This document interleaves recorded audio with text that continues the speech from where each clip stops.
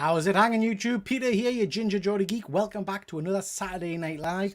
And as ever, I'm surrounded by some of YouTube's finest. We'll start off with Luke from Hydra Collectibles. How are you, Luke? I'm very good, thank you. Always a pleasure to be here. Yeah, good. It's going to be an interesting one. We've got some good stuff to chat about tonight. And we're joined as ever by the good doctor himself, Von Hoot. How are you, sir? Not bad, mate. Ready for some chat later on, I hope. And Yes. we are joined by our favourite American. We have got Rob's Fat Stacks. Oh, Watch out, Efren. Yeah, I was going to say Efren will be upset. I meant. Yeah, oh shit! Let's rewind. Kick And in I'll the not nuts say if ever that. there was one. You got to do it by state, Peter. No, yeah, No, we're both in you California. didn't. Hang on, you didn't let us finish. My Our favorite favorite American American with right now. facial hair. Oh, Ah. I think you're saying. Yeah. I said that it's on the stream. The favorite American on the stream. Either of those works, so we'll Yeah, go with that, right? How are you, Rob? Are you well? Go on, say it, Rob. How are you? I'm Ducky. Thanks for You're asking. Ducky. Good. And you need a great intro. You need to have like some nice voiceover. Live from Saturday night with Triple G Comics, all the way from the UK. All the way from the UK. No, good. And we have got Highland G. How are you, Highland G? I'm great, yeah. Actually, it was my birthday yesterday, so I've just had a couple of days off chilling. So Oh, happy birthday to you, sir. birthday. I hope you had a good one. I hope 29. happy birthday, sir. 29? Did you get spoiled? Did you get some nice prezzies? Yeah, I got some nice stuff. I got something I want to show later on. Ooh, good. Looking forward to that. Okay, guys, we've got tons to get through tonight. I've just been doing a stream a little bit earlier, so apologies I couldn't get on to watch yours, Rob. But with Oh, that's it. I'm out of here. Forget you you're guys. gone. You're gone. Yeah. How do I With a even get out of new- here? No. A new friend, Super Sorrel, who does who does a fantastic toy-based content and comic book and nerdy stuff. He's joined with tonight. Wasn't ready for Dr. Von. Nobody ever is. Yeah. Nobody ever is. It's like the Spanish Inquisition. Yeah. Nobody expects. Nobody expects. Now, Super Sorrel, we were talking on the show we've just done about our enjoyment, or my enjoyment of Thought Bubble, which a number of these good people were at. And we talked about Weatherspoons. Super Sorrel, would it surprise you to know that Dr. Von Hoot was in that makeup the entire weekend? Sat in Weatherspoons drinking like that. Like that. It was... What makeup? yeah. And we are also joined by good old Bat Dan. Nice to see you, my friend. And we've got good old StreamYard. Thank you for joining. We've got Sean. Always a pleasure. And we've got Fuzzy. I might not last. I'm here till someone annoys me, at least. You'll not be here long. Doctor, take it away. Yeah. Super Sarah said you would have been the fifth scariest person there, probably. Yeah. It was a wild night. Anyway, guys, we've got lots to get through tonight. So as usual, we're going to do some nerdy news. We're going to cover some pickups and things, talk about some recent movies and trailers, and we're going to end off with a bit of a discussion about iconic comic book covers. We're joined by Deadman. Nice to see you, Deadman. I hope you are well, sir. Okay, let's start off with some interesting news. Well, before we get to that, just to mention, as you all know, my channel was recently monetized after a bit of a battle with YouTube. And any proceeds on this channel will go to mental health charities. So, this is interesting. So, is it interesting? I don't know. The actor who plays US Agent has come out and basically said, it's time for Marvel to make some good movies, which I think is a bit of a kick in the nuts to Marvel if you're being paid by them, employed by them. That's interesting, I guess, to an extent. So I'm interested in your thoughts on that. But what I'm more interested in is I have very little enthusiasm for this movie. We've talked about that before. If you were going to do your own version of the Thunderbolts, live action Thunderbolts, and you can call on any MCU characters, villains to form the original Thunderbolt team, who would you have on the roster? Would you have this group, or would you be pulling in some of the other characters? We'll start with you, Luke. What do you think? See, you caught me off guard there because I don't really know the Thunderbolts all that well. I know that like the Red Hulk's involved, isn't he? So in the modern one, so the Thunderbolts, basically the whole premise of the Thunderbolts is it's a whole group of super villains who are posing as superheroes. Okay. So basically what I would want is you to assemble a team of any villains from the MCU that you think would So any villains from the current MCU that I would put in there instead of them. Yeah. Oh, well, that's the problem, isn't it? We don't really have a great deal of villains to pick from. I mean, I'm a big fan of Ultron. I know. I we've would been love really- Ultron to come back, but I don't think he needs to be part of a team like that. That's the Yeah. thing. Like Ultron is very much his own. This is where the problem lies, isn't it? Because you have the big bads like your Thanos, your Ultrons, your Lokis, but they all kind of stand alone. Whereas having them on a team, I think they're already scraping that barrel with the ones that we've got. Like I don't think there's many others that they could put in there, is there? I think the thing about it is Marvel have clearly proven that they're very resistant in making bad guys actually bad guys.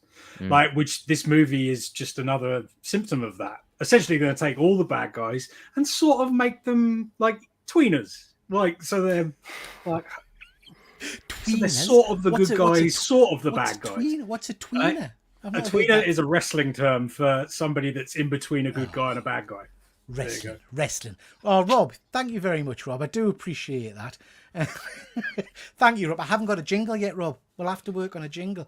Thank you very much. I do appreciate that, bud. So tweeners is a wrestling term. Never heard of that one. You're not a heel. You're not a face. You're a tween. I mean, I don't You're think talking this just list of gibberish people to me. is All right. is really that bad to begin with. Like a lot of these people are just people that have had something happen to them and they've got a redemption arc more than actually being bad. Yeah, that's very true. They're Rob, just misunderstood. But yeah, they've just had a rough. I mean, Bucky and like Black Widow's sister, like, are they bad people? No, I mean they're straight Like, up the good guys, aren't they? You know, doesn't really count. But that's Marvel's problem, isn't it, with bad guys trying to give them redemption arcs and things like that. And I mean, you've had things like the Juggernaut reform and join the X-Men, Sandman and the Avengers. Sandman, I would argue, potentially. because I'd be thinking characters like Dakin. You know, you want bad guys. Yeah. So that's Wolverine's son. son. Yeah. What do you think, Rob? Well, I think that Marvel's always had it. First of all, they've had their toes dipped in reality, right? And people are shades of gray. There are a few people out there that are truly just vile, evil people. The vast majority of bad people have moments of goodness and are in between or have their reasons. And I think by Marvel's always having tried to explain these backstories on people and how they can, why they're the way they are, that even people, like a Doom or something ends up becoming, relatable in various different aspects. And that relatability then allows them to periodically fall into these categories where they can align with the good guys when there's a common enemy and stuff and everyone goes along with it, and maybe they get along for periods of time where they just agree to not be against each other. And sometimes even outright help one another. And then eventually something comes along and they come at odds again and they fall out. And that's just, those types of things can happen. The actual Thunderbolts question that you asked, though, again, I'm with Luke on this one. I know of them. I don't know much into them. I don't know that Taskmaster was even ever a part of it. I don't know, and I don't care. Well, I know it's a character they've introduced and didn't have. If they're trying to introduce these redemption arcs, I get it, because they already started to do that with the character in the Black Widow movie. But I guess that's the interesting thing. It's going to be really interesting to see what they actually do with the movie, because the Thunderbolts was never really about redemption. It was initially a scam by Baron Zemo. So it was all kind of third tier bad guys like Goliath, Screaming Mimi, and people like that, who were masquerading as superheroes, and the general public didn't know who they really were. They were these new hero characters. Is this like Dark Avengers then?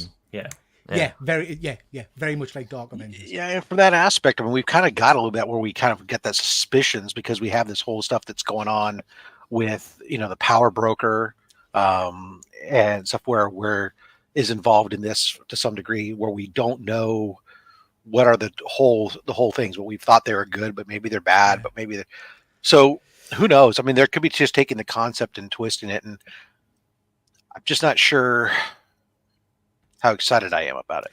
Yeah, I mean, it's a Marvel movie, so I will go and watch it. And I am intrigued. I'm happy to see characters like the Ghost back. I liked her in Ant-Man 2. The thought of Thunderbolt Ross being back in there, played by Harrison Ford, with the potential of becoming Red Hulk. That's quite interesting to us. But yeah, it's going to be an interesting one, this one. I'm looking. See, I think that's the most interesting part for me is like it's not really about like all these teams when you have like a Dark Avengers and stuff like that. Each of the characters might have their own reasons for being there. They might be underhand, they might be slightly good, they might be slightly bad, but it's really the person running it, what their thoughts and drives are that make it a bad or a good team. You know, so like when you had what was it, the Green Goblin running the sort of Dark Avengers, you didn't know he was a bad guy, but he knew because he had this weird mental thing going on that he was a bad guy. So like that's the more interesting thing, I guess. Yeah. Like these people trying to be good, but actually it might be they can't even control it themselves. I think Disney have it. I think Disney have it wrong doing this as a movie, because I think if ever there was an idea to do a TV show, this is where you would want it, because you need to spread out these storylines. You need to get involved with these characters. You need to see all their backstories, and I don't think you can fit that all into a movie. So whereas they normally have an idea for a movie that they separate into a TV show when they shouldn't, this is the other way around. Because you're going to want time for conflict in the team itself and just other stuff. This should be like Netflix did with the Defenders. Yeah. I mean, it's interesting. Except good. Yeah. It's interesting because I'm a big fan of the original Thunderbolts. I remember reading that at the time and being absolutely, when you turned that last page and it was revealed who the team was, it was kind of mind blowing, you know? Whereas Marvel for this has gone the complete opposite. They've shown you the lineup of villains. It would have been an interesting movie if they really stuck with the Thunderbolts concept, showed you a whole set of new heroes, and then in the movie it's revealed, hang on, this is all the characters we've met previously. So I would argue that's the problem with Marvel in general right now, is that we already know where it's going because they've told us. You know, all the previous phases, like phase 1 and 2 in particular, you know, it all built up very organically before we knew where it was going. Like, we didn't really know that it was all leading to Infinity War and Endgame. You know, some of us comic book readers had our suspicions, but we didn't know. They were all individual movies. Whereas because they've gone out on stage and they've said, this is what it is, this is your villain, this is your team, this is that, the surprise is gone. Like, everything is gone. Yeah, good point, Luke. I'm still interested to see because I like some of the political background maneuverings and stuff in various movies, and I'm interested to see this whole stuff, what's going on with this whole creation of the team and how the government is involved in this and why they are and what they're doing and who's really pulling these triggers. I want to understand. I want to see more about what's going on with this power broker, what she's actually doing and whatnot.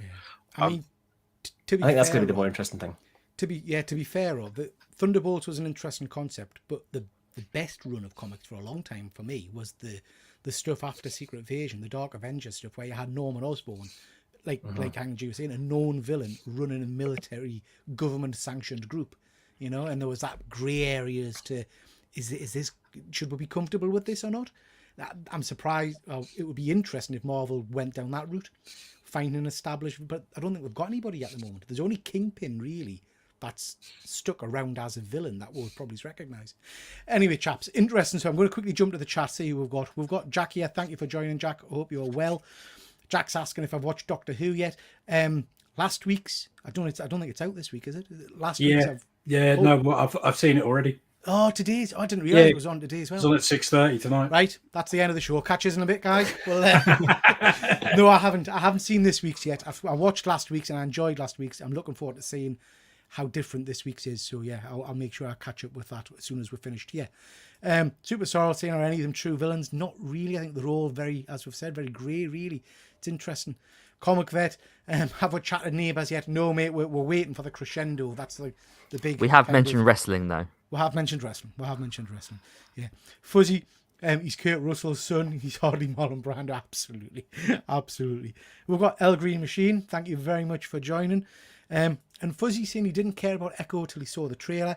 I absolutely agree with that, Fuzzy. It wasn't on my interest at all. But the trailer really did get us excited. So you're keen to watch the trailer for Thunderbolts before you make a judgment, which is absolutely fair. Just a weird, interesting bit of news. You guys seen this? You know what this is all about? Venom? Yeah, this is friggin' mental. So Venom's Venom. Wait, is it Xenovenom? no, no, no, no. Xenovenom? No. Venomorph? Venom's tongue is now an independent character. So, so Right. one Good of the night. other. I'm going to run out and buy that first appearance. Ladies and gentlemen, Venom has officially jumped the shark. Yeah, I can't remember which one it is. It's toxin or something like that. One of the other symbiotes died, so Venom's absorbed it into himself, and it's now a talking tongue in his head, which has got a mouth and chats with him and stuff. Can it leave him, or is it just always attached? I don't think so. I think it's just attached. It's a yeah. Shall we leave that one there and just move on? Yes, Yeah, please. I just wanted to mention this because I think this is a good move. So myself and James Keegan were at a HorrorCon a couple of months back, and I had the pleasure of listening to Chris Sarandon talking on stage, who's obviously Jerry in Fright Night and voices Jack Skellington. And the question was asked on stage, will you ever make A Nightmare Before Christmas 2? And his answer was really interesting, and he said him and Tim Burton had discussed it on many occasions, and they both felt that Nightmare Before Christmas is perfection, so why would you want to go back and redo that? So he pretty much ruled it out. I brought this up because I noticed yesterday, I think it was, that Tim Burton was asked again about this, and he said exactly the same thing, pretty much, that no, he's not interested in doing a sequel to this. And I think that's right. I know, Rob, you're a massive fan. I know, Luke, you are as well. So first of all, question to you is, are you happy to just leave this as it is, or would you prefer to see a sequel? And then the second question is, are there any sequels out there that you think have screwed over the franchise? You wish they hadn't done them. And there are a few, I dare say. Do you want a list? I'm just going to quickly jump to Jack's comment. Jack, that's appalling, mate. We don't want filth like that. But yeah, Venom's tongue, I'm sure, is very popular with the lady folk. So we'll start with you, Highland G. What do you think? Have you seen Nightmare Before Christmas? Oh yeah. Girlfriend's a massive fan. We watch it every year. Night Before Christmas, great movie. I don't feel that things need to be dragged out. I was literally having this conversation a couple of days ago where I was like, almost everything that becomes a franchise now almost does it by accident and then just becomes a cash in, where you have the first film is absolutely amazing. There's this kind of, I want more from the fans, but they don't really know what they want that's more. So the company just puts something out to see if there's more kind of like want for it. And then after the second one, they're like, well, we have to have a trilogy. We can't just have two films. And they bring out another thing that's even worse.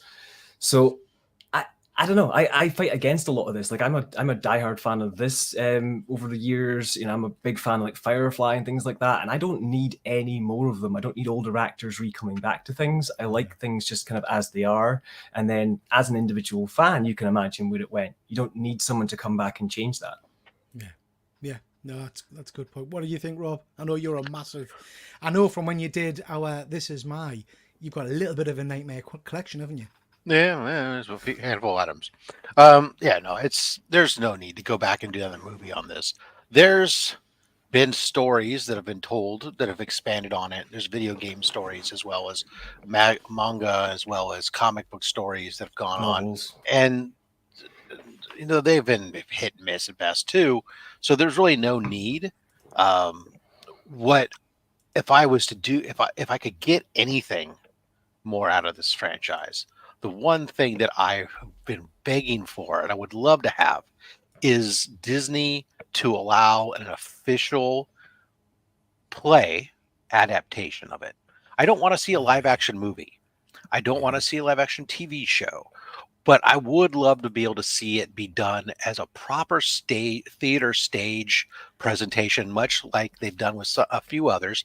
There isn't an officially licensed one. I've seen elements of ones where like schools have taken and done some variations and whatnot, and they're fabulous. And I think being as it is, the type of stuff would lend itself great to the stage. That I would love to see. It boggles my mind that they haven't done that, to be honest. I mean, you know, you would think that would be a kind of a given almost, you know. And I'm trying to think. I mean, I've done. I know many of you probably have. I've done Disney a few times, Disneyland. I can't recall seeing like a stage show version there either. Do you know how No, what they you did get the is Lion King and stuff? at Christmas time, you get them at Disneyland and Yeah. Disney World, right? They take over certain elements like the Haunted Mansion, and they have take over the Halloween parade and stuff type go into there. But as far as a stage presentation or theater stuff, there isn't one. I've seen, like I said, so many different elements that have been out there that I think it would be phenomenal. But that's all that I want, nothing more. Yeah. I mean, Rob, I think Fuzzy's personally attacking you here. No, he's not attacking me because he's absolutely right. There is so much merchandise. That's why, like, even the stuff that I brought on, I've told you, like, I really limit what I collect. I get things that people send me, and I have, that are great that add on, but I don't go off and add those types of things to my collection because there is literally, it's one of the most, licensed properties. Disney has made so much money off of a movie that they wouldn't even distribute under their Disney umbrella because in Japan. If you want to see how much material there is out there, go watch our This Is My, because Rob absolutely barely scratched the surface of what's out there. Yeah. Now, guys, I think as well, though, you don't have to do. Sorry, quickly. I don't think you have to necessarily do a movie as a continuation of these things either. Though, like you were saying with the kind of like doing a play, I think that they done a Tokyo Pop manga fairly recently that was just based around Zero. They could do like Pixar style shorts or something. It doesn't have to be a continuation of the bigger movie. I'm with Rob. I'd love to see a live show. Guys, I'm just going to break there because as ever, we have our man in the field waiting to and report. Waiting to report. Efren, sir, how are you? Hey guys, this is Efren Passpoint Comics reporting live from LA Comic Comic Con on the Triple G Network. How's it going, guys? Hey, Efren, we had some great news today. Did you hear it? At the top of the show, I'm their favorite American now. Oh no! Okay, guys, I'll see you later. Bearded American, Efren. Bearded. How's the con, Efren? How's the con? Hang on, let me turn my camera on. You can see it here. Yeah. I'm right by Artist Alley. Very cool. Have you? I'm met always surprised by his interesting? Wi-Fi. Yeah, it's incredible. He's probably running off his cellular data. Yeah, off my cellular. You got it. You got it. Number one. Yeah. Have you met anybody famous yet, Efren? Anybody interesting? No, they have all the artists, and you can go get their signatures or take photo ops, but they say no cameras allowed. So they couldn't for some reason. But I'm in Artist Alley, and let me turn around. You can see there's Zeb Wells, Chip Zdarsky, Ryan Otley, Ryan Stegman. So it's just really crowded here.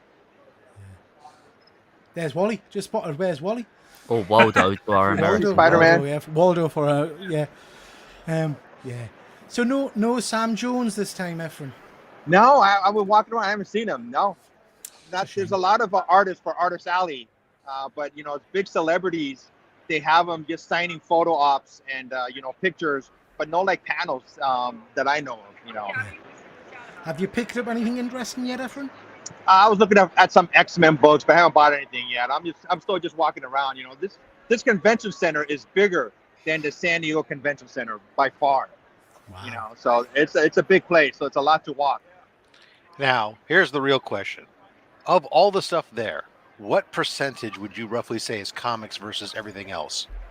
That's a good question. That's about less than 10%. It's a very small area. I mean, everything else you see is like people selling wear, Artist Alley. See how crowded it is right down this alley right here. And how much of it is Nightmare Before Christmas merch? I haven't seen anything. How about sorry, Rob. fudge? Nothing. There's lots of fudge there. There's actually people that selling fudge. Yes, they have selling fudge here, man. So yeah. Good stuff, Efren. Lovely to see you, mate. And we will see you on Monday, where we're going to be doing our toy show. Yeah. Yeah. Okay, guys. Okay. Daisy. Nice to see you, Efren. Thank you for joining, mate. Catch you in a bit. Okay. So I'm number 2 now, right? So I'm gonna unsubscribe exactly. you. Efren, Exactly. You're number 1, mate. You're number 1. Don't worry. All right, guys. Have a good day. Okay, bye. See you, mate. What a guy. What a guy. Honestly. Yeah, love Efren. Just going to quickly jump to the chat before we ask Luke and Von Hoot what they think about the Nightmare Before Christmas news. Super Sorrel is saying 30th anniversary vinyl pops of Jack and Sally and the new outfits are really nice.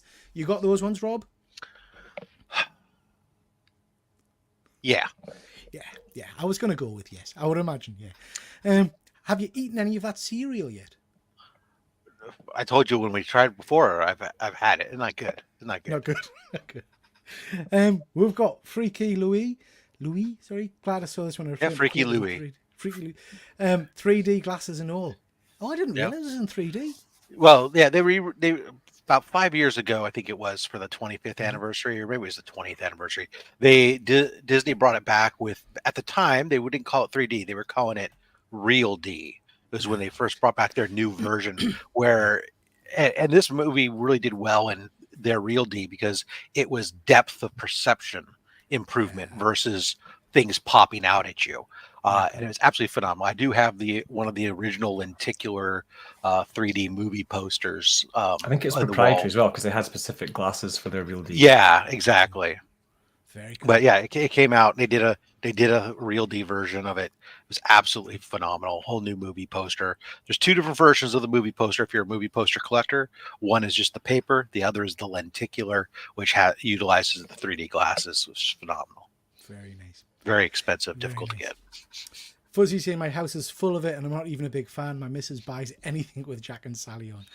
Good stuff. Oh, Super well, Sorrel. good. I know who to sell my stuff to if I want to get rid of it. I love how UK Comic Cons would fit into one corner of that building. Yeah, mate.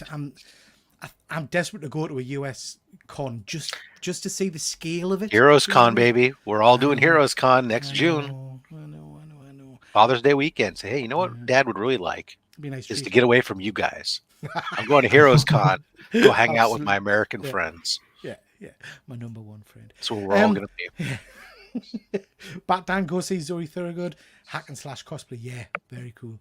And Fuzzy, take a drink every time Efren says Artist Alley.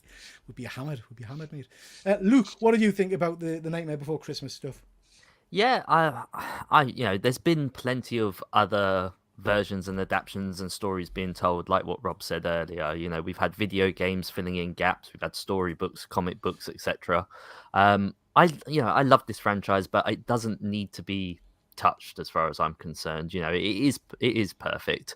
And it's, being a Christmas movie, and it is a Christmas movie, not a Halloween movie. Being a Christmas movie, it is shown year on year, and new audiences are introduced to it by their parents, and I think it will live on forevermore. And I think a big benefit is that it is actually animation, stop motion, because that way it's timeless. It doesn't need to be looked at and be told, oh, that's an old movie, or I don't want to watch an old black and white film, etc., etc.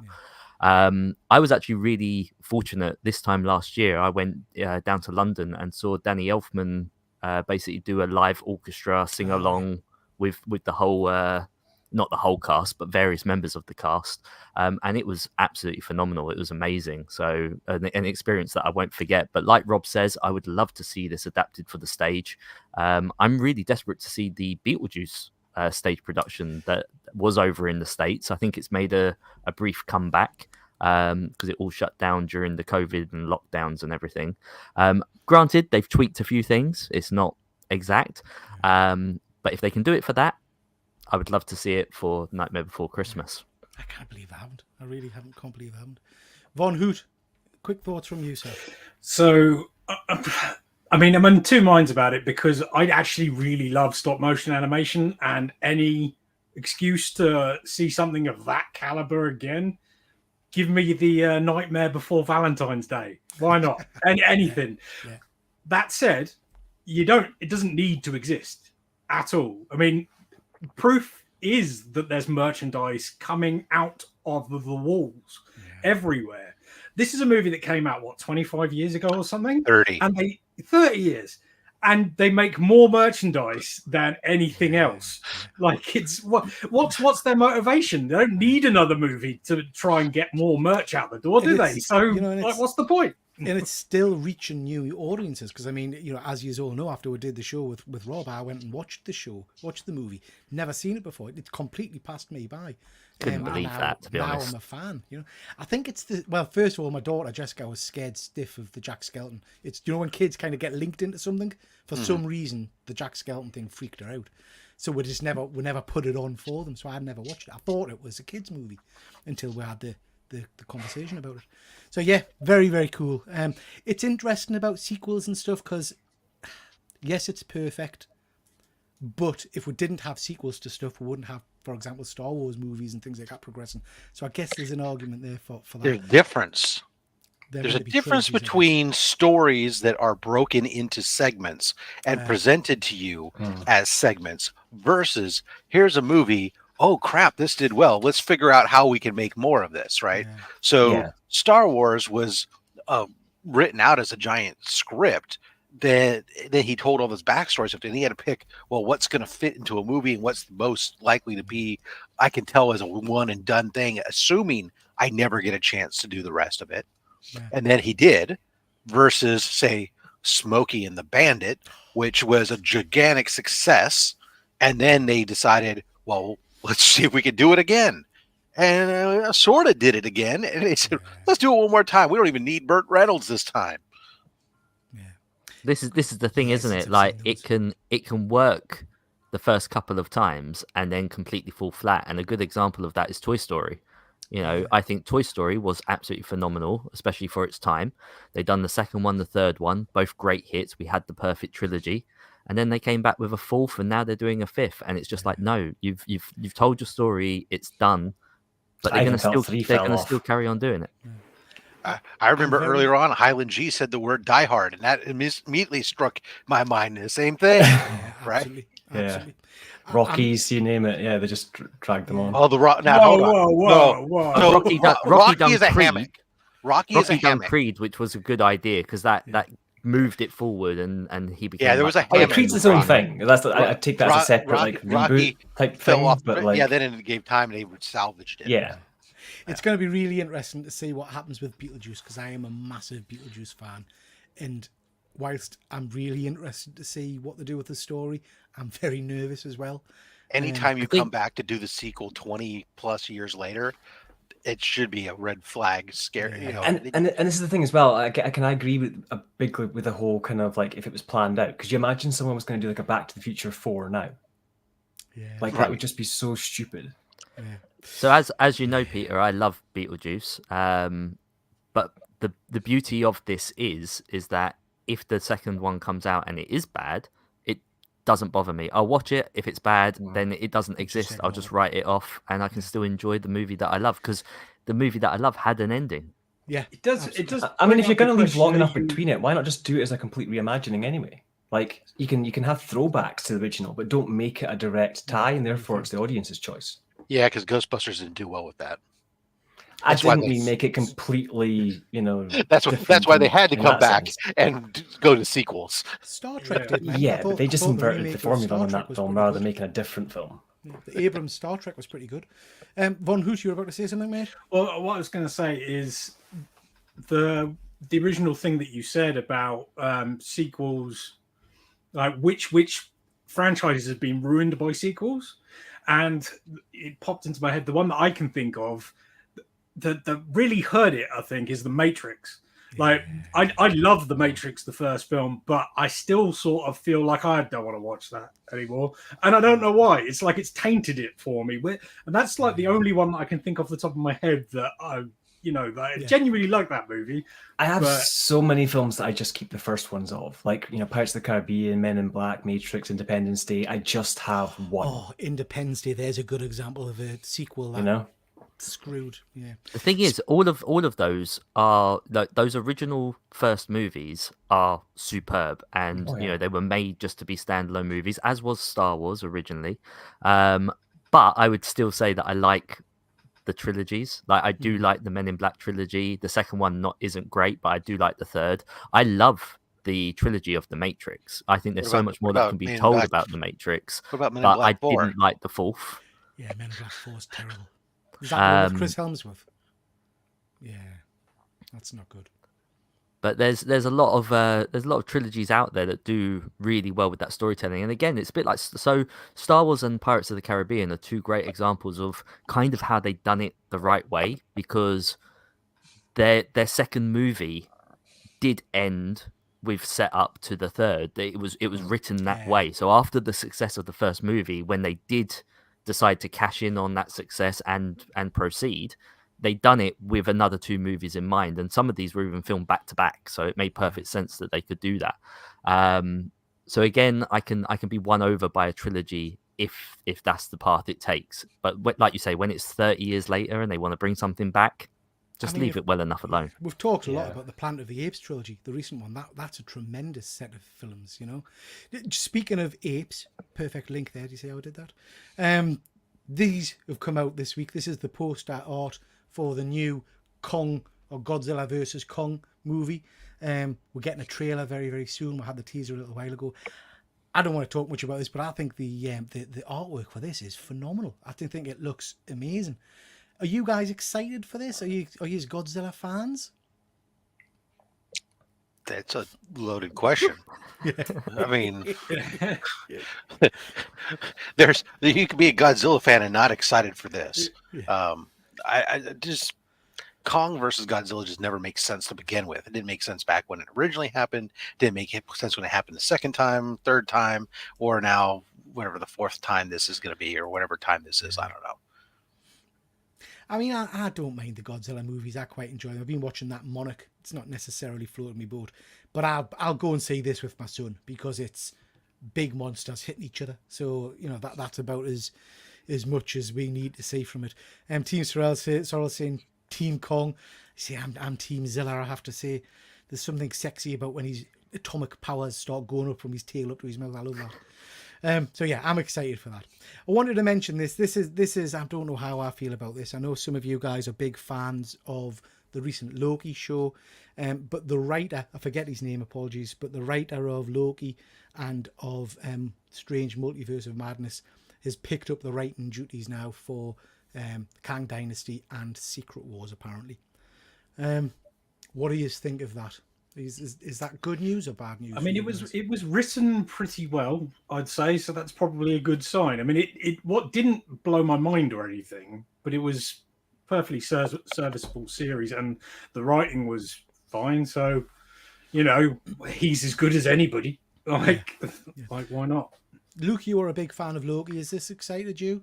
Yeah, so I'm a big fan of both of these. I really do love Multiverse of Madness, and I will die atop that hill. You know, I think that was a superb movie. I really did enjoy it, and I loved Loki, particularly the final half of season 2. I thought it really done all of that well as well. It makes sense that he's gonna go on to continue those stories because I think there's a lot of interconnections being made between them, so I think that makes sense.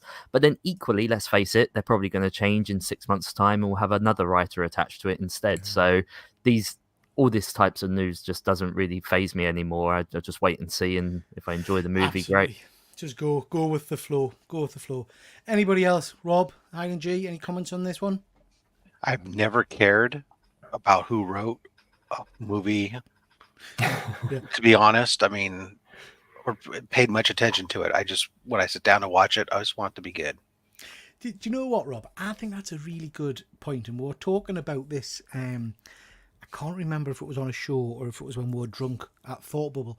But we're talking about over the last 5-10 years, we've become a little bit obsessed with creators. Back in the day, I couldn't, other than Stan Lee, I couldn't really told you much about who was writing my comics or writing my movies and things like that. I just enjoyed them for the product they were. Now we've become a little bit obsessive with some people. When it comes to comics, I still don't pay attention hardly to who writes it unless it's complete garbage. But I also only attribute that individual story. So like when I talk about like Spider-Man and Nick Spencer's run, I mean, it's absolutely was awful. Does that mean I'm going to be opposed to, like, if Nick Spencer moves over to Batman somehow, that I'm going to sit there and not read Batman because of it? No, I'll read it because I care about the character. I follow the character. I don't follow the writer. That's me. I know some people who do follow writers and follow them, but for me, I don't. So. Yeah, no, I It's think the that's a good point. popularization of the auteur theory, isn't it? Really, it's you're looking at who the creator is, and even like back in the day when I was a kid, where I love RoboCop, for instance, and so I learned who Paul Verhoeven was, and then I was like, oh, Paul Verhoeven's making a film. I'll watch that. Starship Troopers came out. I like that too. So it stands to reason that people naturally do that kind of thing. They look at like what someone has done before, and they think, well, that's probably a good thing. Yeah. Now, when it comes to writers, the writing is so sort of the early stages of something that regardless of the writer, it might be a completely different movie by the time it comes out. So it's sort of meaningless in that regard. Very true. You mentioned Starship Troopers there, Von Hoot. That's the one that shouldn't have had any sequels because the sequels were dire. But I love the original movie. I haven't ever seen the sequels because I loved the first one so much. I didn't want to see the sequels. Good man. Good, yeah. Just not good. The first one lives in my memory as being almost perfection of a movie back when I watched it. You know what I mean? I just, it's still great. I watched it about 3 months ago. I was going to say I got on 4K through the house. Have you? Oh, it's tremendous. Super Harold saying Kang Dynasty sometimes in 2027, maybe 2025 with good behavior. yeah. I'm not sure if we'll actually see that version of Kang in the future. I'm quite relaxed when it comes to these new Disney films, though, coming out. Like, I think I was very heavily invested up until about Infinity War because it tied directly to the comics that I'd read, and I was almost that picky fan of like, I want this to be in there, I want that to be in there, I want to follow this story closely. Now I just pick and choose when I think something's interesting. I'm not invested to hate. I'm not invested to overly love it. I just go, you know what? That's interesting this weekend. Let's go see that. I mean, I think that's a great attitude to have, mate. But I will, just because I'm a die-hard comic fan, I literally watch any movie that's comic related, regardless of whether I like the character or not. And sometimes you get a pleasant surprise. I would use Blue Beetle as a case in point. I still want to see that. That was a fun movie. Yeah. You know? And I didn't really know a great deal about the character, but I went to see it because it's a comic movie, and I'm glad I did. But I think this whole interconnecting universe thing has turned off a lot of casual cinema goers. If they think they've got to have watched 15 films to understand what happens in the next movie, then they're probably not going to want to. I don't want to do my homework. I want to be able to go see this, process it, understand it, and great. If it connects to something that, as long as it can do so without me having to gone through that, you give me enough exposition to be able to figure it out. Great, but don't make me have to do homework and read. I think that's why most of the newer movies after Infinity War that I've seen have been like Black Widow, Black Panther, stuff like that. They can somewhat stand alone. They don't have to directly tie into everything. Yeah. Last bit of news, guys, and this is purely nostalgia for me, is that we've got a new Night Thrasher comic coming out next year. This has got me excited. Oh, how dare you. Night Thrasher. So this is Night Thrasher. This was a founding member of the New Warriors, which was kind of my comic book reading heyday, where you had Night Thrasher, Speedball, Namorita, Nova. It was a tremendous run of kind of street level vigilante comics. And they've got a new series coming out. So I'm excited about this. This for me is a bit of nostalgia, but also if we're thinking MCU and all that kind of jazz, we've been talking about a new Warriors series for a number of years. It's been hinted at. This would be a great kind of addition to the Daredevil kind of run of shows, I think. So yeah, I'm excited about this. I take it probably Rob's the only person on the panel who knows who this is. I know who Night Thrasher is. I'm not excited, but I know. Terrible. Rob, what about you? I'm interested. I mean, I wasn't a huge Night Thrasher guy. Obviously, though, I know some people in our community who are tremendous Night Thrasher guys, and therefore have gotten me a little more interested than probably I would have been otherwise. But I have no hate or disdain for him whatsoever. I'm I'm happy to have more street level heroes that are grounded, that aren't just ridiculous power sets. Does he have a power set? No. Or is he just... He's vigilante, basically. Highly skilled with equipment. He's a Batman type guy. Yeah. I was getting like violent Nightwing type vibes. Yeah, exactly. He's Except, kind of. except if Nightwing had a skateboard. See, that's where I was going, Rob. Okay.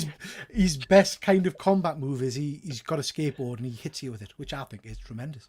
Do you know what I mean? Yeah, combine Teenage Mutant Ninja Turtles with Nightwing. Casey Jones. Yeah. I think this excites us as well because I'm a massive fan, as I've said, of New Warriors, and there's a character in that called Marvel Boy, later called Justice, who's original founding member of the Guardians of the Galaxy, and I love him as a character. He's got telekinesis, but they did an amazing storyline with him where he's in it's a hard-hitting storyline back in the day, but he was in an abusive household. His father used to assault him and his mother, and he snaps one day when he's being hit and lashes out with his telekinesis, and there's this great storyline of death by mutant power where he ends up going to jail and stuff, and it's just a story that's embedded in my head from back in those days, you know, and I'd love to see something of that nature played out. Well, you got the whole isn't the whole Civil War spawns out of New Warriors. Yeah. So Speedball, doesn't he? It's he becomes penance for a period, and it's the New Warriors that are kind of investigating, and Nitro goes off and explodes, doesn't he? What a tragic character that is. Like, what Speedball didn't deserve all that. Awful change to his. I mean, Speedball's been around since the 70s as a happy-go-lucky bouncing around, you know, with these kinetic powers and stuff. And then they introduced put him in annual for Amazing Spider-Man. That's right. He was, yeah. And then they put him in that bloody penance costume, which basically to activate his powers, he's got to self-harm. I mean, thinking back on that's a dodgy storyline. That's dark. Just a little bit. It would never get away nowadays. Yeah, very strange. Couple of comments here, guys. Super Cyril is saying current MCU should have ended with Thanos, then moved to newer franchises, X-Men, Fantastic Four. Yeah, there's something to be said for that. Fuzzy, I saw someone say recently superhero fatigue is a myth. The real issue is extended universe fatigue. Yeah. We seem to have gone down this rabbit hole now of every movie has got some kind of multiverse connection to it. I think we've done that to death a little bit. Fuzzy. Marvel Boy, 1 out of 10 name for originality. Yeah, he renames himself Justice. His proper name, Fuzzy, he has a one for you. Vance Astrovic. That's a proper name. I like that. Super Sorrel, New Warriors were filming YouTube videos before it was cool. Absolutely, yeah. That's what the whole Civil War is about. They've become a kind of a YouTube sensation, and they're filming rather than dealing with the issue at hand. Very cool storyline. Okay, guys. So quickly going to touch on what we've been reading. Don't know if you guys have been reading much. I've read a few comics just today. Crave, I've mentioned this a few times. This is by Image Comics. This is about some people who go to a kind of a university in the States, and there's a new app appears on everybody's phone where basically you write whatever you want in the app and they'll make it up. So it'll happen for you. So you say you want to end up with the hottest girl in the school, and somehow that happens. Really interesting concept. Crap. It was just dull as ditch water. It did nothing for us at all, other than having some interesting artwork. It was just not for me, this one, sadly. Drive Like Hell, Von Hoot. This will be up your street. This is by one of my favourite artists, Alex Cormack, who's appeared on a number of my shows. This is just phenomenal. So it's 2 issues in. Basically, there's a guy who's going to do a heist, and he steals a car, fast-looking car. Turns out the car it's either going to be the devil's car or it's some kind of high demon's car. So the demons give chase, and the car, a bit like Knight Rider, starts talking to him, and then it's a bit like Ghost Rider. Its wheels go on fire and stuff like that. Just a real fun comic, and great artwork, really enjoyable. So I like that one. And then Barbaric. This is the 3rd or 4th volume of this. This is a standalone tale. This is about a superb barbarian who's been cursed, where if anybody asks him for help, he's got to oblige. He's got to help them no matter what it is. And he's got a talking axe, which craves blood and is talking to him all the time. Great barbarian action, just a good fun comic. So they're the ones I've read. Any of you guys read any of those?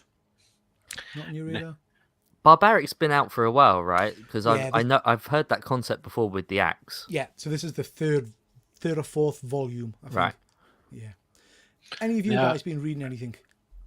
When you mentioned Crave, the way you were talking about the writing in the book, it reminded me of a storyline. I was finally remember where it was from Legends of Tomorrow. They had a thing where Heatwave for a while had a book that he would write in, and it manifested stuff was going on. But I've just been continuing reading the Dark Droids stuff in Star Wars, the various Star Wars comics, and the Detective Comics run right now with from Ron B with the Batman and potentially gonna get strung up and hung and executed and stuff. That really kind of interesting. Some stuff that's going on in there. Yeah. Ram V's an interesting writer. Yeah, he's a bit hit and miss for me. He's either really good or a bit too clever, I think, for me. Sorry, it's just another one of these worlds where you have to, when you read the Batman and Detective Comics, where the stories that are going on in them are completely independent. It's like they're different worlds from what's going on. But any of you guys been reading anything you want to mention? Nope. I've been reading. Sorry. I was just going to say I've been reading the old EC stuff. I know I mentioned it quite a lot, but I've got a lot of them. I've been reading all the old 1970s hardback editions. Oh, very nice. Yeah. One just sits on the desk, and I just read through it whenever I get a chance, because they're just mini anthology stories. So you can get through like 1 or 2 pages, and you finish the story. Do you know what I mean? There's not much to them, but they're nice to go back and revisit, and the artwork is stunning. Yeah, great artwork in them. Great artwork. Highland G. Yeah, so I've been reading through some of the sort of books that kind of skirt around the sort of Incal universe of kind of books. To be honest, it's probably going to be a taboo to a lot of people. I'm not a fan of the Incal story itself. I think it was a bit bland, and there's a lot of really wild imagery, but it didn't really match up with the story that well. Right. The book that got me into the universe was the Metabardens. I love the Metabardens. It's so well told. It's very adult, but it's so well told. And the thing that got me into it was he's got these 2 sort of robots that he looks after, and they actually narrate the story. So each kind of chapter or issue you're reading, they're telling back the story of what happened. So you get a moment in real time with him and them, and then you get a backstory piece. And they kind of do that each issue. So the one I just finished most recently reading through was the Techno Priests, which is a slight spin-off of the Metabarden. And it's basically these guys who are connected to technology, but on a spiritual level, so they can do all sorts of weird manipulation stuff. And the story arc is basically this kid who wants to create the best inspirational computer game, but as he gets into the Techno Priest kind of group, he learns that they're just a bunch of manipulating people, trying to make money and control people and make people hate themselves so that they play more games because they have to escape and all this kind of stuff. And it's basically his journey of how he fights against that and how his willpower allows him to be this sort of super guy that kind of comes at the other end. But it's just so well done as well. And they went back to that same sort of formula where he's got this little pet that's kind of telling the story with him. Right. And they're sitting on this chair as they're trying to kind of run to their sort of redemption arc of saving everybody. And they're reciting back the story of what kind of happened. And it's just so well done that it makes me look at the Incal again and be like, why is that book so incoherent in comparison to these other 2? But I love it. I love the whole universe. That sounds really interesting. I haven't read that one, so that'll have to go on my list. Super Sorrel is saying Alice Never After. Yeah, that's really cool. And there's a title. Flesh Eating Cheerleader Holiday Special. Number 1. Yeah, that one sounds interesting, mate. That sounds like a Full Moon Studios production. Yeah, absolutely, yeah. Okay, guys, we're going to talk briefly about what we've all been picking up this week. So what we've been buying. I'll start off just so people can go and grab their stuff if need be. I haven't really been buying anything, but I want to talk about, let's just show you some of the stuff that's going to go in the giveaway box for later on the show. So we've got 2 copies of this. This is a Superman book with a lenticular cover. It's a really cool cover. You open it up and you can see Superman underneath. So 2 copies of that going in the giveaway box. We've got a Batman foil cover, which is quite sexy. I like that one. Shiny. Edge of Spider-Verse number 3 with a nice variant cover. That's a real nice Spider-Boy. Yeah, Spider-Boy. We've got an old style, not the best condition, but Tales to Astonish 49. That's cool. That's quite a nice one. And I like this one, but I'm giving it away. This is Monsters on the Prowl 20. Oh. Yeah, so that's a nice sexy one. We've got a bit of Harley Quinn, shiny goodness. Shiny boobies. We've got a Transformers variant from Forbidden Planet. So that's going in. And we've got a Harley Quinn book, another variant cover. So they're all going in the giveaway box. Luke, have you got anything you want to show, mate? I do, and it's so fitting for what we have been talking about. So, Christmas time is fast approaching. I don't get involved with Christmas until December. I just flat out refuse. But it's what is it now? 2nd. So I figured why not. I found this. So it's a Jack Skellington. It's remote controlled, and he's pulling along a little sack of toys on a little sleigh. It all works. Put batteries in it to test it out. The kids loved it, but pretty much we're going to just use it as a display piece as it is, rather than as a toy. It's just going to come out at Christmas time as a bit of fun around the house. So yeah, nice little find. That's tremendous. I like that. Have you got that one in your collection, Rob? No. No? Oh, very nice. I like that one, Luke. I like that one. Von Hoot, you got anything you want to show? I can't think of anything that I've got this week. Like, there must be something. There's so many packages around, but sorry. Not a problem. Not a problem. Well, No? you had a wonderful exclusive that you just got in on the video that you just put out. If anyone hadn't seen it, that Transformers, that was quite awesome. I hadn't seen that cover. Oh yeah, the Maria Wolf I've variant. not seen that one yet. I've not seen the video of Von Hoot. Which cover is that?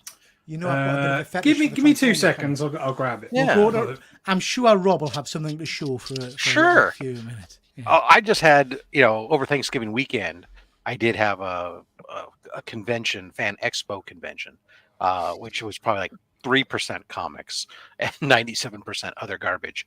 But I did pick up a couple of the exclusives that they had there. I had picked up something that's nice. still in the children exclusive. Mostly I picked it up for my buddy Chris, the comic vet, who's really into something that's killing children. And it turns out he already has it. So, I'll do something with it. Last year's exclusive, they had this facsimile of 251 where they had changed out the name to, instead of Lookout Gotham, to whichever town the convention was in. They had a couple left, so I made sure I picked up one of these because somebody had been asking me if I had any extras of them, so I picked that up. This year's version was Mad Love facsimile, or a reprint, where they put Lookout San Francisco, the Joker and Harley are dealing up trouble, and this is John Boy Myers cover, signed by John Boy Myers. Very cool. And they had the John Jang exclusive of that Spider-Verse 3, his first solo story and reveal, of Spider-Boy. Nice. But more importantly, I did get a couple slabs. I actually got this one as an AOK. Shogun Warriors. I have a ridiculous number of Shogun Warriors number ones in my collection. It's almost obscene. But I only had one slab. I had a 9.8 of the regular print. This is the Whitman variant. So in a 9.6, which actually the 9.6 Whitman variant is worth more than the 9.8 regular. Finally got a nice copy of Champions. This cover just always jumped out at me as something that I always wanted for some reason. Not an expensive book, but super happy to finally get a nice high grade copy into the collection. First appearance. That's not the first appearance of Hercules, but just reminds us. First appearance of Hercules is a pretty cheap book to pick up these days. There's annual, isn't it? Is it Journey into Mystery annual? I think so. Yeah. Nice cover. Continuing my pickups of high grade Silver Age Captain America's issue 101 in a 9.0. Very good. A nice red skull cover. It's ridiculous how cheap these books are. And then the last book, one that I had been hunting for since June of this year. I started hunting for it, trying to get it, and I got fixated on the grade that I wanted to have an 8.0 or higher. Several times I could have gotten a 7.5 or 7. I was unwilling to go down to that grade level. I wanted an 8, and I was unwilling to pay more than a certain amount of money in my head. And finally, somebody on Shortbox who was like $250 over what I wanted to spend, he sent me an offer for $100 off. I countered at an additional $150 off to get to where I wanted to be. And surprisingly, he accepted. So I was able to pick up the Luke Cage Hero for Hire in an 8.0 for $500. Very good. Very cool. Very good. Yeah. And that's I mean, we're going to talk about classic covers in a bit, but that's a classic cover, isn't it? It's a stunner. So some lovely pickups there, Rob, as usual, mate. Highland G, have you got anything you want to show off? Yeah, a couple things. So one thing that I actually made recently, I showed on my Instagram just because we're talking about it before Christmas things, is this 3D print of Zero. Oh, wow. So I printed it all out in different colored plastics and then kind of glued it together. That's incredible. I want one. Yeah, that is very cool. So that's really cool. It goes with the two. We've got the Sally and Jack statues, and it kind of matches with that. Someone designed it as a little kind of thing to go with it. So I printed that out from a partner just to kind of make it as a kind of set. And then for my birthday, for yesterday, I want to show this because it's something we've been looking for a really long time. And that is Glenn or Shitface or Shithead, however you want to kind of think of him. But I've had Bride and Chucky for so long. As the kind of similar things to what Pete's got behind him. Yeah. But this one is a good head taller than the other two. He's huge. Who makes that then? Is that a... I think it was released this year from somewhere in the States. I think there was 2 specific shops that sold them, and my girlfriend imported it for my birthday. That is tremendous, mate. That's tremendous. So do you know what? I put off watching those later Chucky films because I thought, it would be ridiculous. And then when I finally did get round to watching them, they're actually pretty good. Seed is really funny. I really enjoyed it. I've never laughed so much in my life. They progressively get funnier. Yeah, and it's strange, isn't it? How that kind of, again, we're talking about sequels and how they think that completely changed genre, didn't it? It went from being horror with the comedy just going film by film until we got to where we were. Yeah, I love that. That's tremendous. Yeah. Does that sit in your bedroom looking at the bed? So when you wake up at night, you get... Well, to be funny, actually, it's only been in the flat the last couple of days. As far I don't know, because it's been packed away up until now. But we had it sitting just leaning against the sofa, and I genuinely jumped the other day thinking some kid was standing in the room. If I was your partner, I'd be moving it around the house when you went around. Yeah, totally. We forget the new elf on a shelf. Yeah. Very cool, mate. Very cool. Von Hoot. Yeah, so as Rob says in my latest video, I unboxed. I won the grand prize from collecting with Durs, his 1,000 sub giveaway. Yeah, and his local comic book store had a Transformers exclusive, and I hit him up and was like, "Can you sort that out for me? Because you're sending me something anyway." And yeah, so he obliged, and it is pretty cool. I've not got that one. How's he doing a superhero landing though? He's not a superhero. It's true. It's Soundwave. He's one of my favourites. Right. And of course, there's the old version of it as well. And is that issue 1 or is that second? Yeah, that's issue 1. Yeah, it's issue 1. Yeah. Peter's going hunting. Yeah. I like that. That is very cool, mate. It is cool. Good stuff. Okay, guys, just going to quickly check the chat. Anyone read Simona yet? No, I haven't, mate. That's by Distillery, isn't it? Fuzzy's just saying I haven't been blown away by any of the Distillery stuff back down. Me neither, Fuzzy, I have to say. And I know a lot of people are a big fan of Jock, but that space one did nothing for us. Gone. Wasn't up my street. Super Cyril, I like Monster Comics. Yeah. Bat Dan, I hear you, Fuzzy. Not a letdown, but not brilliant either. Yeah, absolutely agree. Fuzzy, I've no idea whoever that is. It's from the Chucky universe, mate. It's from the Chucky universe. Okay, guys. It's Dickhead. Yeah, it's Dickhead. We're going to touch on what we've been watching, what's been on TV recently, and briefly cover some of this. So Furiosa, a Mad Max saga. The trailer is now out for that. Really interesting. So anybody want to mention anything about this? What did you think of this? I didn't think that we needed it, but now that it's coming, I'll watch it. It looked good. Well, I say it looked good. It didn't look bad. Yeah. I didn't even realise that was Chris Hemsworth, to be honest. Neither did I. The stuck-on nose and everything, and it was Interesting. I'll tell you what I liked about it, and this is going to get some eye rolls. I really liked the way it looked like they hadn't filtered it massively, so it didn't look like it was all completely CGI.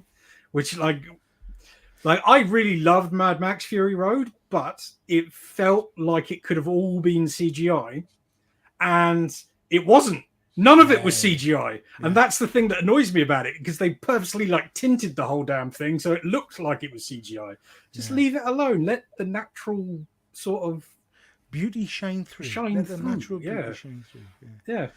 I mean, I thought it looked interesting. I like the Mad Max series. They're all much of a muchness to me, I have to be honest. But yeah, I'll probably go and see this. I was getting Thor vibes when he was going along on like the chariot with a bloody cape on his back. That really jumped out at me. I thought, have they done that on purpose? Because he's literally got a red cape like Thor. You know what I mean? Yeah. It's a bit weird. Yeah, I'm not sure. Rob, is this something you'll rush to see? I probably won't. I didn't watch the last Mad Max remake, and so. Yeah. This Napoleon. Have any of you guys seen this? I haven't, but my mate saw it and said that it was amazing. So I'm intrigued to know your thoughts. I really wanted to see it until I started hearing the reviews of it not being amazing, and now I've gone right off it. I just say the best Napoleon ever is still Bill and Ted's Excellent Adventure, so that's where Absolutely. So first off, this is 2 hours 35 minutes or something, so it's a long movie. Not that I want them to necessarily, but it's worth just saying that nobody even attempts any kind of accent in this. So it's quite when you've got someone speaking in perfect English who's meant to be it's a bit off-putting anyway. My biggest issue was it was just dull as ditch water. It was just, I don't know, it did nothing for us, I have to say. I love a historical drama. I probably don't know enough about Napoleon. I should have a better background in this. But this made no attempt at trying to really tell a narrative that explained what was happening. It was just assumed you knew everything. Yeah, see, that's happened, the thing. I don't think you shouldn't have to do your homework or do your research. Yeah. The film should fill all that in for you. Absolutely. Like, and that's its job. So there were scenes, I went to see it with my wife, and we were talking afterwards. There are scenes where, I can't remember who they were, but two individuals approach Napoleon about, overthrowing the government and all the rest of it. And then all of a sudden Napoleon's emperor, but there's no explanation as to what happened to anybody or how it transpired really. The battle scenes are okay, but it's no Braveheart in terms of the scope of the battles and all the rest of it. I don't know. I just found it dull. Super Sorrel is saying here, are we sure this is not just another Arthur Fleck fantasy? Do you know what? You wouldn't be amiss to think it was, because he literally plays that same character. There's no... I know lots of people think Joaquin Phoenix is amazing. I'm kind of starting to think now that every character he plays is just him. Do you know what I mean? There's not a lot of difference on show here. So yeah, I'm being quite negative. It just didn't float my boat. So yeah, not a one I would recommend you rush out to see. Trailer for Fallout came out. I know nothing about this video game. I've never played it, but by hell I enjoyed the trailer. This looks like a good series for me in terms of post-apocalyptic mayhem. Yeah, I thought it looked really, really cool. Fuzzy is just saying here, he never made it to the pyramids, for instance. Well, that's interesting, Fuzzy. I didn't know that, because in the movie, he literally fires cannonballs at the pyramids and blows holes in them for some reason, which was interesting. We've got Sean. Nice to see you, Sean. And we've got Cliff. Nice to see you, Cliff. I hope you are well, my friend. So this, I thought, looked interesting. Rob, I'm taking it from your response. You weren't blown away by this? Yeah, no. I mean, I know, like you, I know it's a video based on a video game. I've never played the video game. I don't know the story of the video game. I was able to figure out that it's post-apocalyptic, that there's nuclear fallout, and it's probably not safe to live above ground or whatever. I've got all that from the trailer, but I didn't get anything from it that said, "Oh my God, you've got to watch this." It felt just like another movie of people with haves against people who don't have, and some crazy beasts in the mix. It could be Walking Dead for all I care. It's the same damn thing, just not zombies. It's crazy animals or I something. mean, there was. Come on now, Rob. There was no big mecha robot things with guns in Walking Dead. You said you got a guy with barbed wire and a bat, whatever. Yeah. You know, it's something that's cool, eye candy. But I mean, aside from that, who cares? They're not robots; they're suits they get in. They're like, Oh, they're the like- suits Yeah. are- Yeah. Oh, I'm not watching now. I'm saying shit. Yeah. No, the trailer did it for me. I thought it looked interesting. What about the rest of you? Anybody else excited about I love this? Fallout. I've put like 300 hours into Fallout 4. Wow. So I absolutely love Fallout. I think the thing that's really interesting about it is the tone, and I think that's the thing that's going to be the biggest challenge for them, because you mentioned earlier on that other thing that, you know, people not kind of putting on accents.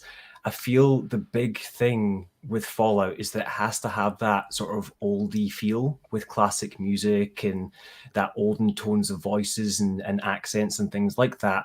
And then you have all this modern warfare kind of stuff that's kind of going around. Yeah. And for me, so when I was watching the trailer and they had all the initial bits with them speaking and stuff, I was like, there's a couple of cameo bits to do with the movies. But once the I forget what song it was, but it was like it's a really classical song kind of kicks in halfway through. That was the moment that it felt like Fallout to me.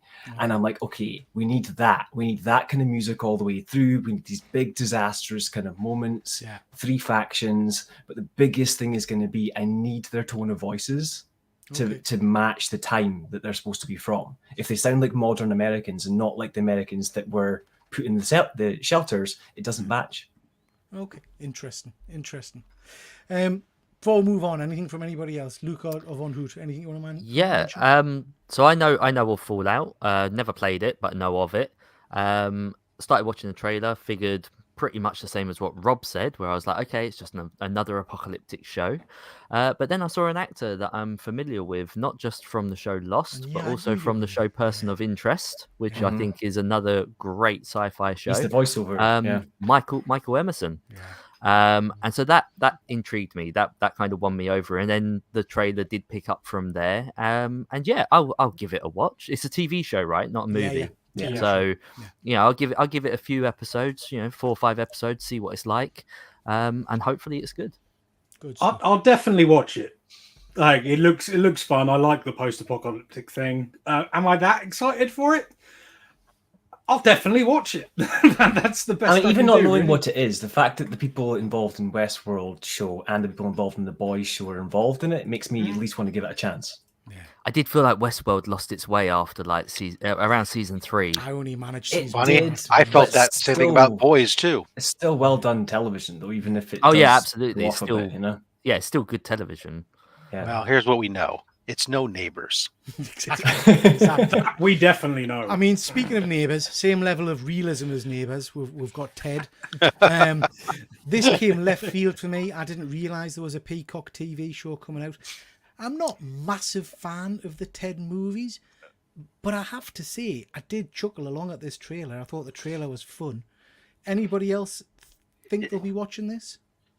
So, I might just because I did like the Ted movies. I did like what Seth MacFarlane does, but at the same time watching it, I was like, man, this is just not only does it seem like a strange version, a Teddy Ruxpin version of American Pie, but it just seems like this is a show that I expect is going to get a lot of freaking it's not politically correct in the least amount.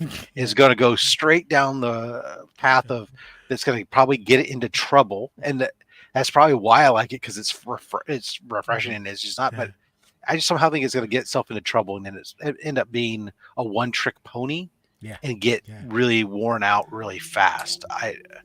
Yeah, I feel that's more the thing. Like the thing with like similar things like Rick and Morty for me is like, as much as I loved it to begin with and it felt really fresh and different and a little bit offensive, after the second or third season, it just became rinse and repeat, and they started adding in like incest type things just to be offensive.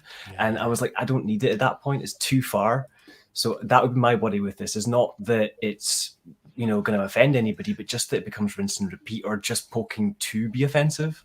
It's a comedy at the end of the day. If the writing is good then I'll watch it for the entire duration. If the Yeah. writing is bad, it will be turned off in about 5 minutes because it really depends on whether it's funny or not. What channel is That's what it. channel is Peacock? So I don't think Peacock's we a stream. It's a streaming network. It's here in America. It's a spinoff of NBC, which is one of our broadcast networks.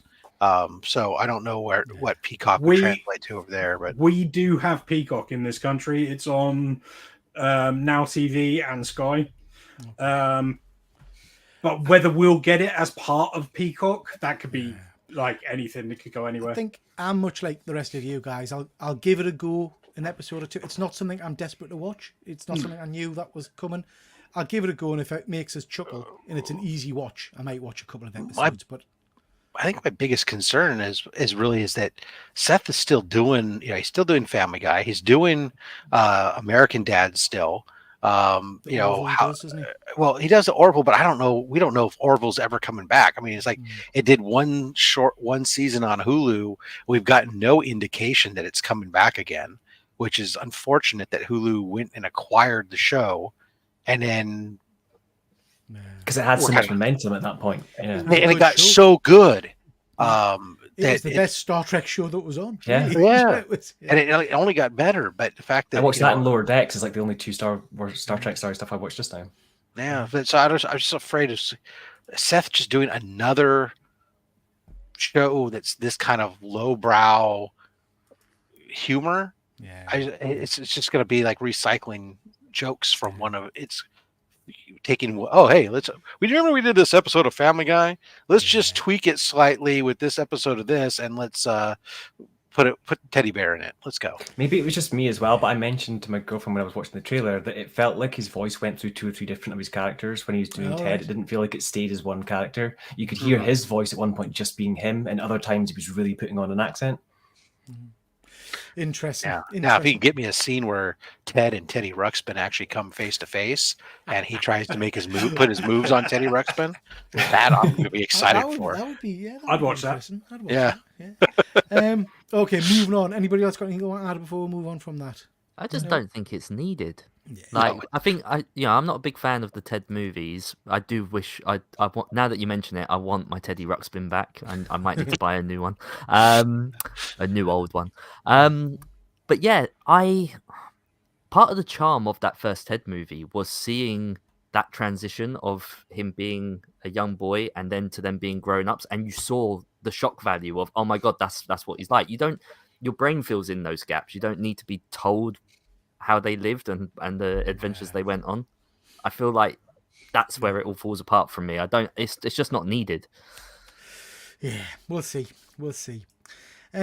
Just briefly mention, I watched this for the first time last night. This is Bodies. Anybody seeing that? Yeah, it's cack. Yeah, it didn't do anything for me, I have to say. This all was right. To be fair, like I wanted it to be a slasher movie and it isn't. And that's why I dislike it very much, as well as some of the characters are incredibly annoying. Yeah, there was none of the characters that I particularly liked. I'm not a massive fan of that guy anyway. What's he called? Pete Thingy? On Saturday Night Live? Pete Davidson, yeah. But yeah, it was a bit of a flat watch that I wouldn't recommend it. I've also been watching this. This is on ITV Plus, Apple TV. This is a 3-part, I think, documentary about the Enfield poltergeist reacted. This is really interesting in that they've used the original tapes and got actors to kind of talk over it. So the actors are dubbing over the tapes, basically. Talked about this on our horror show on Friday night, so a bit of a plug. Go check that out if you want to know the thoughts on that. But it was an interesting one. Looking forward to watching part 3 of it. Okay, anything else anybody's been watching they want to mention before we move on? I started watching. We have a new series, another NCIS launch here in America. NCIS Sydney, because Sydney. Navy crime. How many are there now? Seriously. Well, let's see. There was the NCIS. LA has ended, but there was that. There was the New Orleans. There's the Hawaii, and so this would be the 5th of them, because you can't count Red because that never got launched. But yeah, in NCIS Sydney, it has had 3 episodes thus far. It didn't take us long before we had a shark attack that we had to Good. investigate Lovely. properly. And of course, one of the more interesting bits in the very beginning was these American NCIS agents that come to Australia because they're there as guests. They don't get to carry guns, and so seeing American police type agents not get to have guns, how naked they feel at times was quite interesting. But Did they get issued with boomerangs and things instead? or no, something? no, no, they had to be partnered up with the Australian police officers, Yeah. essentially special unit police that would be able to carry to partner up with them. So I haven't decided that the show is very good or not. It's not awful. It's not great. It's definitely a Mitsubishi car ad because every time they get into a car, it's always a Mitsubishi, and it is parked in a very interesting advertising angle, presenting the beautiful lines on the car. It's kind of in your face Very cool. at times, but beyond that, it's ho hum. Very cool. Speaking of cars, my son has made us watch 3 videos today on YouTube about the new Cybertruck, which I couldn't give a shit about. No. But he's obsessed with it for some reason. I don't know why. It looks friggin' awful. But anyway, yeah, not interested. It's ugly but durable. It looks like a kid's Pinewood Derby car that he's made for for scouts. I don't know if your scouts there do Pinewood Derbies at all. Here in America, it's a tradition where the kids get a little pine block and they we don't really do that. they build a car and they run them down a track. It's a very popular thing for in scouts. Yeah. It's like a low poly car. You just turned all the polys down. They use gravity and they just roll down. Yeah. Yeah. That's way. But it looks like a car that some kid would have carved out of a pine block. It's Just very flat edges angry. everywhere. Yeah, and apparently it doesn't even work with their own charging stations that they've set The up. only thing throughout that's impressive is the things they shoot off of it that it manages to take, but it's not moving. I mean, Like so. Fuzzy's saying it's bulletproof though. Have they fixed the Yeah, they shot windows? it with Because arrows and guns and. They threw a Oh, because baseball bat arrows at happen originally, all the didn't time. You're right. The old west out here. Of course. We still have to watch they? out In for Texas. Yeah. Indians just running down and shoot. Oh no, I'm talking like a crazy, like modern compound bow with all the extra frills, not all like those school arrowings. You get them all the time. I just don't Although know I how will that's a tell you, test I to prove did- the car can do what it does. Like, I will tell you, I did think it was hilarious years ago when I used to be an archery instructor. I remember walking into a archery shop and walking in there, picking up a compound bow and a whole bunch of arrows. There's no checks, no nothing, obviously, because it's not a gun. And just walking right on the street and thinking to myself, man, I could just go to town. Yeah. Okay, moving on, chaps. This is interesting. This is kind of the end segment of the show. Have you guys seen the excitement? I'm saying excitement. About this week. Yeah, Yes. that he's facing forward. Yeah, so this is a classic cover. I never even gave this a second bloody thought, if I'm perfectly honest with you. I always just looked at that and thought that was Batman with his back to her. As Yeah, shown so in did this I. image. I assumed it was That his back. makes perfect sense to me. But then Frank Miller has come out and said, no, he's facing forward. And we've had the same guy that did the lines on this one have done the lines to show that that's how it's intended to look. Yeah, I don't care That's, one way or the other. that's just not true, though, is it? It just looks shit. It just looks... Well, Frank Miller has come out and said that that's how it was intended to look. That he's facing front. Yeah, but Frank Miller thinks that his signature should look like a penis. So That's very true. That is you very know, true. who cares? Yeah. I mean, yeah, it just made us think about classic comic book covers, and I guess that's what I want to end the show on. We asked the Instagram people what they thought of iconic covers. That's interesting. Sorry, Jack's saying here that he's always thought it was forward. It's interesting, isn't it? It's one of those things where people see, I guess, what they want to see. But I never think put now any that- thought now that I into look it. at the now that I look at the upper fist where the thumb is, it kind of has to be facing forward, because the thumb wouldn't be that way if it was facing backwards. oh yeah, Oh, you're yeah, right. you've won me over. Yeah, you're right. Yeah. I said I never put any thought to it. Didn't care. So I've never looked at it that way before either, but now that I look that closely, Yeah. Frank didn't take his pills that day. He does speak bollocks. Yeah. Yeah. Have you Yeah. seen his art? Yeah. I can't disagree. But I ask you guys what you consider some iconic covers, and we've got lots of interaction. And this is how we're going to end the show, with a bit of a competition. But just a few that were mentioned, and multiple people put these guys forward. These are covers that I think stand the test of time. Rob, you suggested a couple of these. I suggested like all three of these actually. Yeah. And as did a whole host of people. Yeah, on Instagram. I figured that would be the case. Yeah, I mean, just classic artwork, isn't it? Really, and covers that have stood the test of time. We also got these as some suggestions as well.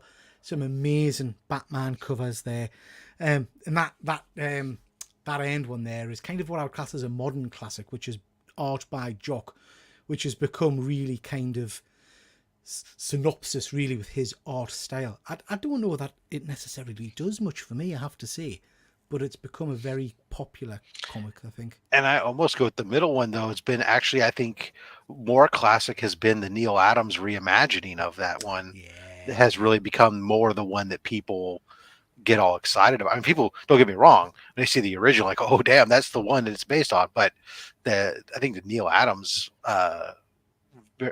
homage was the one that really is one more people think about. Absolutely.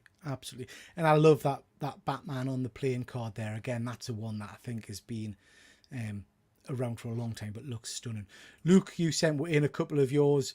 Obviously the Turtles one, and then the Haunt of Fear book, which is absolutely stunning. So the Turtles one, when it comes to iconic, the main thing that I thought about was like how many times it can be like replicated, and how, you know, when people do their own version of it.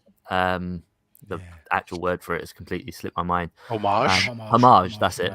And there's been some great homages for this Turtles comic, you know, so that, again, it will always be iconic because of the number of homages that it's had. Yeah, no, I think you're right. And those original, you know, you've talked a bit about those horror comics as well. Absolutely stunning. There are some amazing covers. Yeah, I think when it comes to the Golden Age stuff, it's a completely different type of thing. And as far as that Golden Age horror goes, that is probably one of the most well-known comic book covers. So I think that definitely stands as being iconic. If nothing else, those the three heads shots is iconic. Yeah, because it's used so many times and replicated so many times.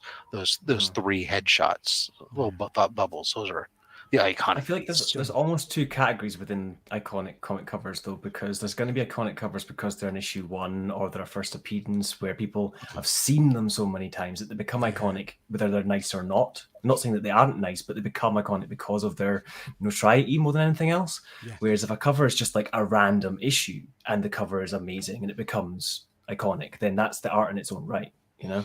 Yeah. Well, then there's the third. The third was the homage, and that's where, like, I had also sent to Pete, was ASM 300, right? Mm-hmm. ASM 300 and Spider-Man 1 with the freaking most homaged covers on the planet, because there's at least one of them being done every month. I hate that cover.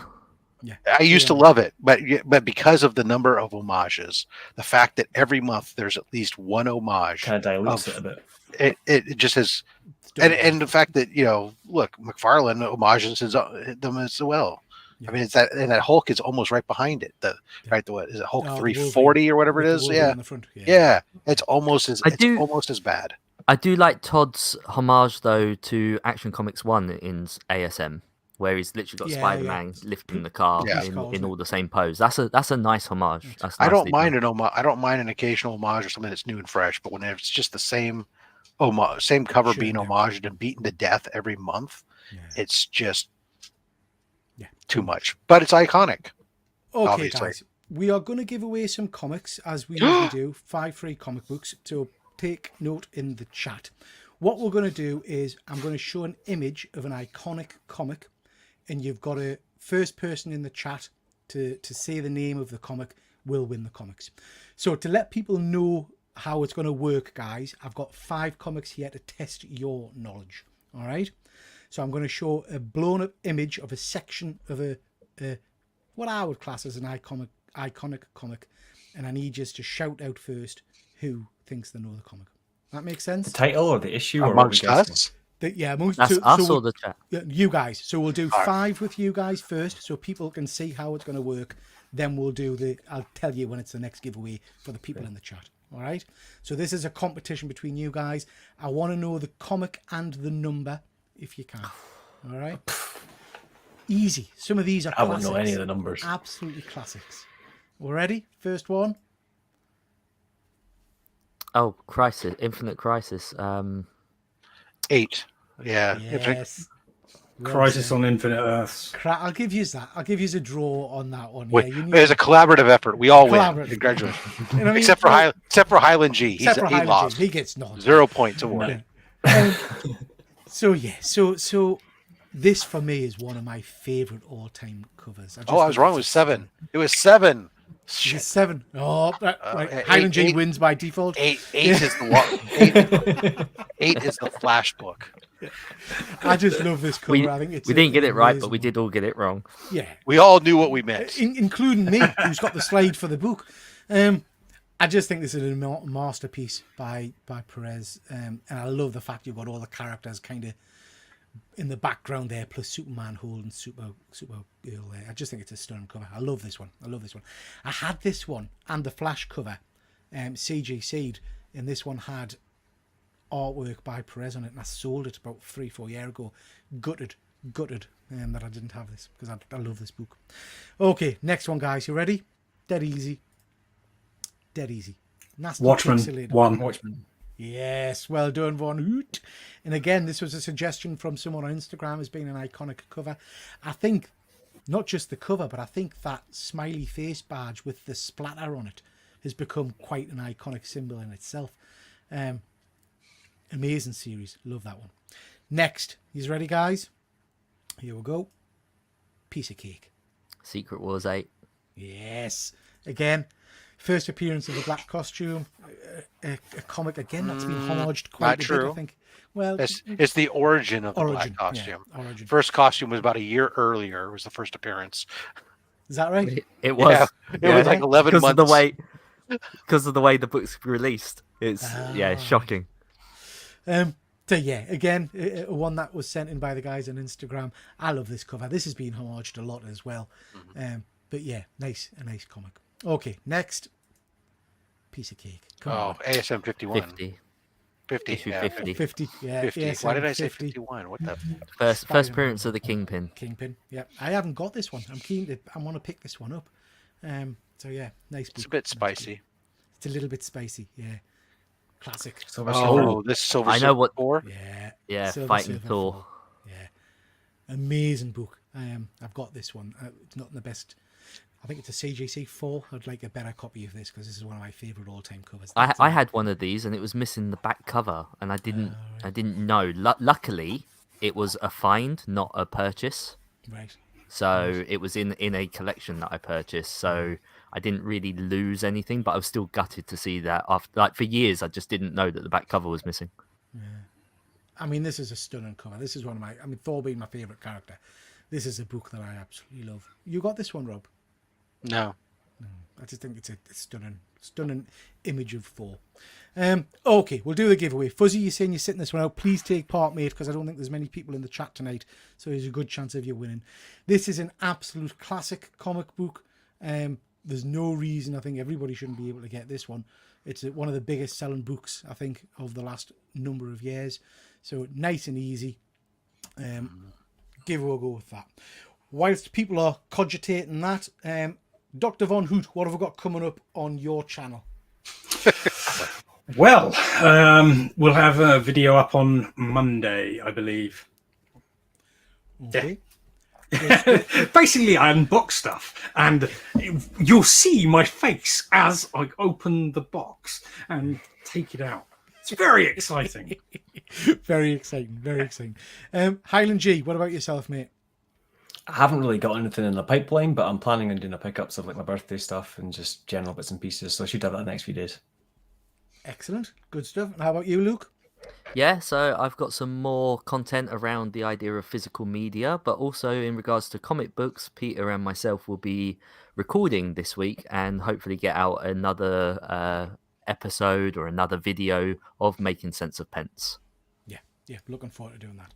And Rob, What about your good self? I got a whole slate of stuff coming up this week.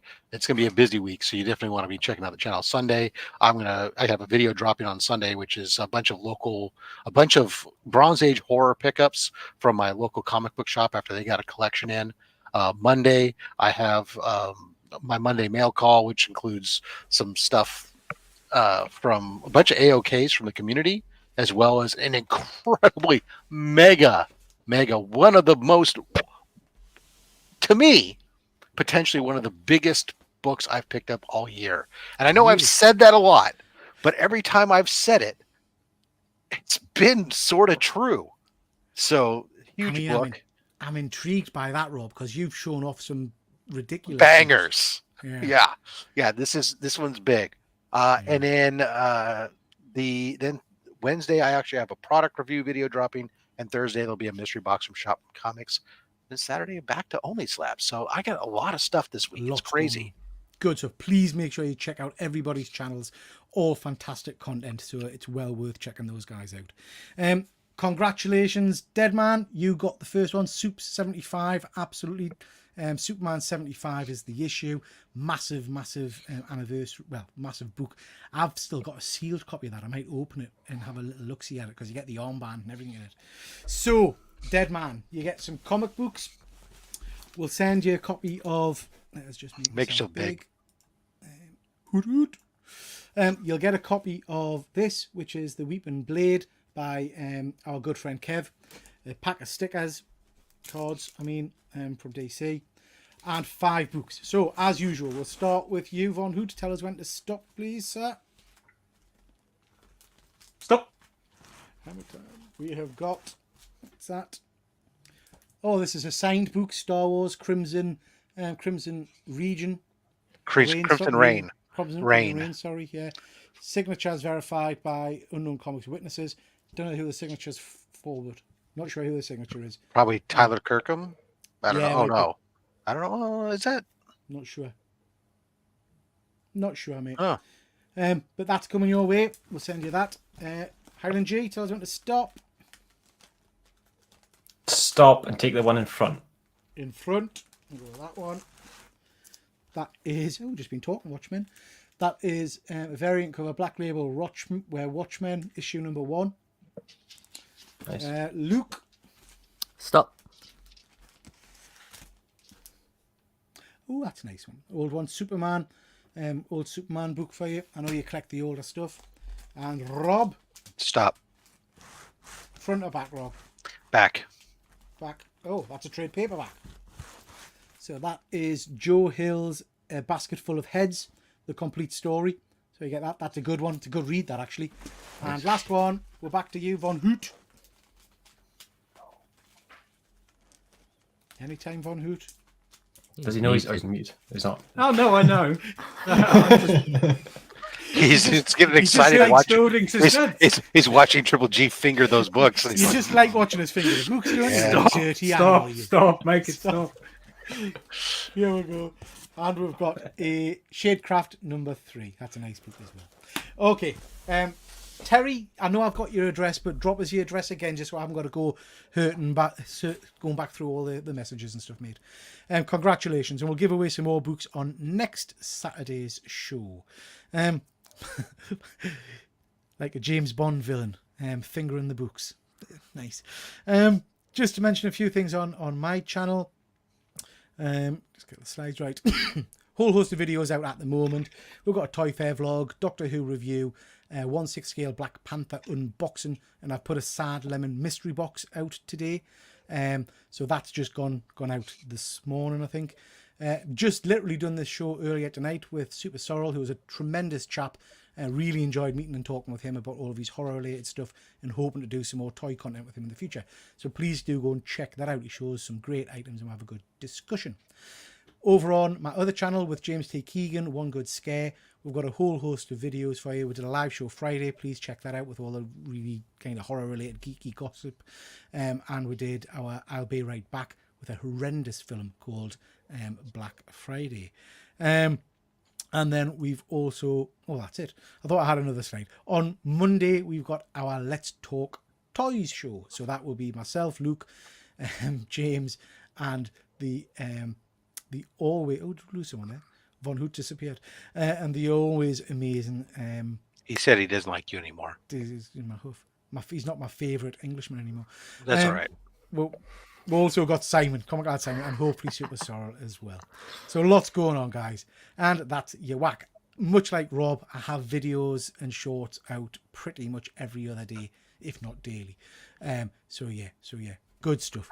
I try not to have that much stuff. It's just I for know. some reason this week tends to happen to be something where like I got so much stuff, I have to put it out some point. Otherwise, it'll be next year.